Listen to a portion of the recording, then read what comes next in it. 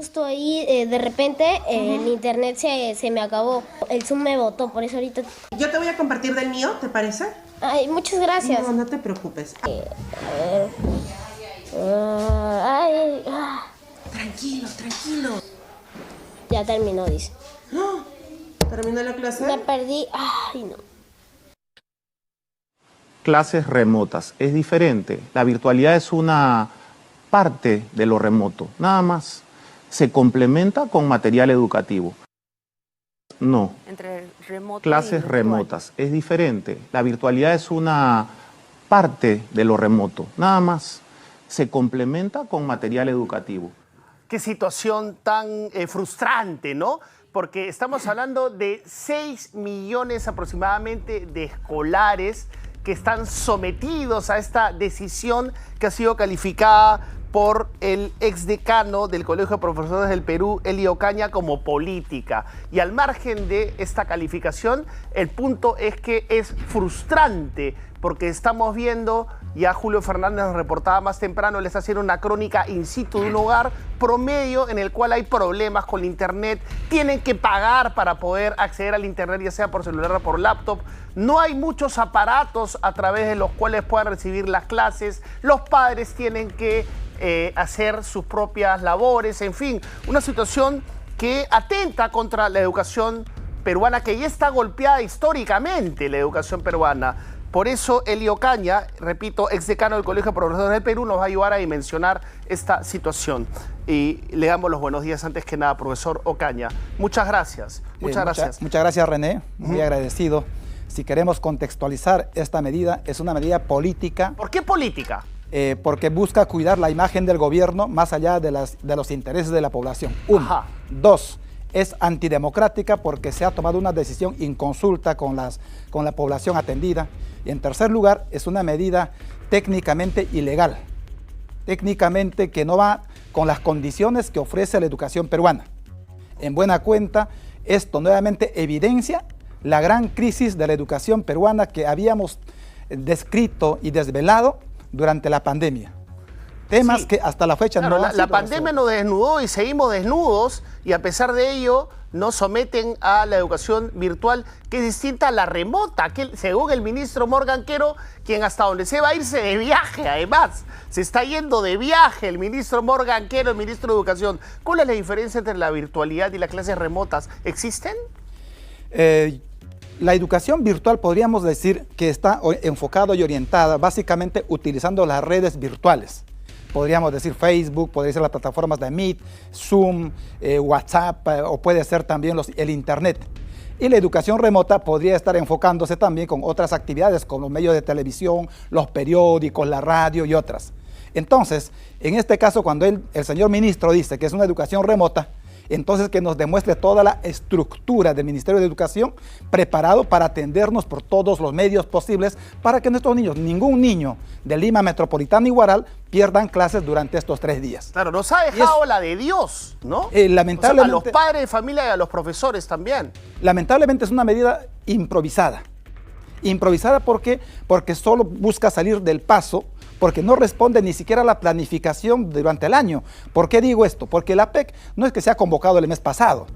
El APEC se sabía que tenía que desarrollarse en el Perú desde hace pero ahí, 2 años atrás, y por tanto... la política pública, el ministerio tiene un punto, que es el hecho de que van a haber protestas. Hoy día comienzan las protestas sociales, entonces lo que dijo, por ejemplo, el canciller Scheller, es que se prioriza la seguridad de los escolares para evitar complicaciones. Además no van a tener cómo ir a los colegios y además no podrían ser vulnerados, ¿no?, en términos físicos en un eventual enfrentamiento. ¿Qué le parece ese argumento, que es el más sensato dentro de todos? En primer lugar, como un buen peruano, con una riqueza cultural milenaria, una riqueza histórica, con Caral, con Machu Picchu, con tantas culturas preincas, con la cultura nacional. Somos un país multicultural, una riqueza impresionante en las 3 regiones, costa, sierra y selva. Deberíamos demostrarlo en esta etapa.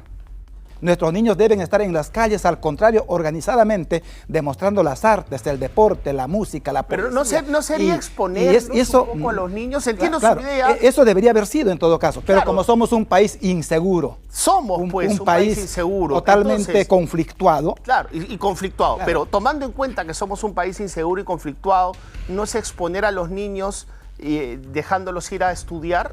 Estoy siendo Pero- abogado del diablo. ¿Ah? Ya, muy bien, pero en todo caso necesitamos un gobierno que efectivamente lucha contra ello, contra la criminalidad, contra la violencia, que garantice... No le alcanza, también pues. No le alcanza, lamentablemente no puede. Y tampoco tenemos políticas públicas orientadas a resolver Ya, pero por las eso, demandas educativas. Dadas en las esta limitaciones, etapa, dadas las limitaciones del gobierno, que sabemos que es una muy mala gestión, lo sabemos, dadas estas limitaciones, por la seguridad de nuestros niños, ¿no es mejor tenerlos en casa sacrificando su educación? Desde la concepción del ministro, sí, hay que encerrarlos. Encerrar. Como dijo, a la de Dios. Pero sin embargo, cuando analizamos ya las estadísticas, solo el 46% de hogares de Lima metropolitana carecen de conectividad fija en cada hogar. O sea, es decir, solo el solamente 46% tiene. Solo 46% de hogares del Perú no tienen conectividad Claro, fija. claro. Eso es uno. Del Perú. Del Perú, ¿no? de Lima metropolitana, Huaral, en este contexto. ¿Qué significa eso? Que solamente el 54% de las familias tienen conectividad, tienen herramientas digitales en casa. Pero esto se reduce cuando en esa familia hay 2 o 3 miembros que estudian. Ajá. ¿Por Entonces, qué? esa Descríbanos la computadora, situación. porque esa computadora que tiene uno en la casa tiene que dividirse entre 2 o 3 niños. Es más, se ha dicho que ahora también los trabajadores del Estado se van a teletrabajo. Sí. Y entonces él también tiene que estar disputando por esa herramienta Y tecnológica. la señal de internet. Y bueno, viene la señal de internet, vienen los celulares. Se indica que en el Perú particularmente un promedio del 90% cuentan con un celular.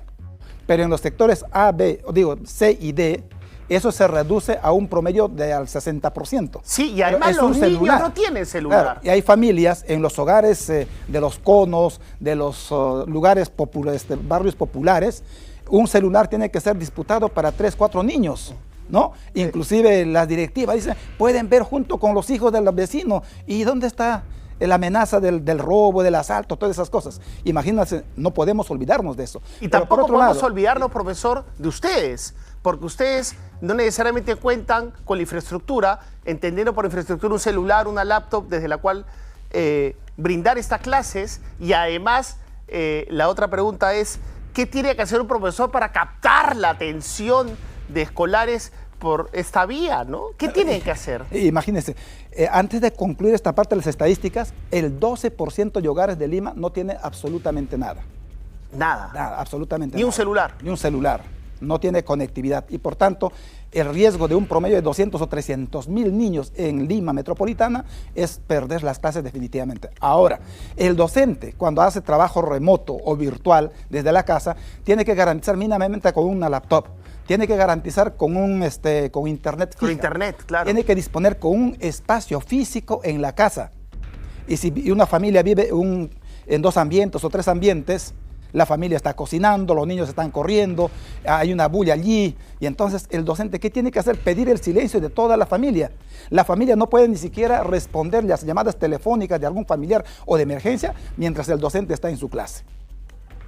Entonces, todos esos problemas lo hemos expuesto durante la pandemia y se dijo que pasada la pandemia, la educación en el Perú tiene que ser distinta. Incluso se dijo que el servicio de internet y de telecomunicaciones debería de mejorar. Y nosotros Y con no ha ocurrido, pues. no ha ocurrido. Nosotros, y nos presentamos, en buena hora que se realice la PKK, pero nos presentamos como una economía pujante, que seguramente es pujante en términos macroeconómicos, pero no se ven las reformas que se necesita, como por ejemplo, para llevar una educación a distancia. Y en ¿no? esa parte, René, imagínense, durante una cumbre de economía estamos encerrando a nuestras pequeñas empresas y todos los negocios vinculados a educación han tenido que cerrarse. ¿Cómo vive esa familia que tiene un kiosco para vender en un colegio? El taxista, el mototaxista. Y aquí, René, yo recupero nuevamente con el apoyo del doctor Edwin Santos, un experto en telecomunicaciones. Durante mi periodo, cuando era decano del Colegio de Profesores, planteamos un proyecto de internet y herramientas digitales para la educación del Perú, que tenía un presupuesto inferior al presupuesto de esta red dorsal de fibra óptica que se está instalando a lo largo del Perú, que solamente va a llegar para una cobertura del 40-42% de la población peruana cuando se utilice. Así O estamos. sea, ¿cuánta de la ciudadanía peruana queda desamparada? Un 60%.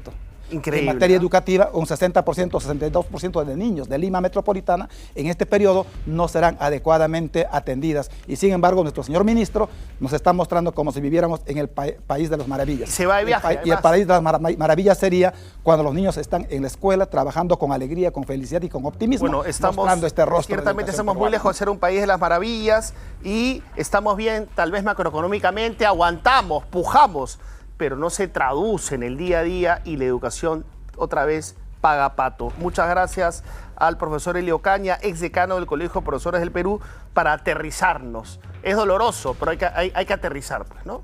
Así es, René. Muchas gracias, muchas gracias. Mari, contigo.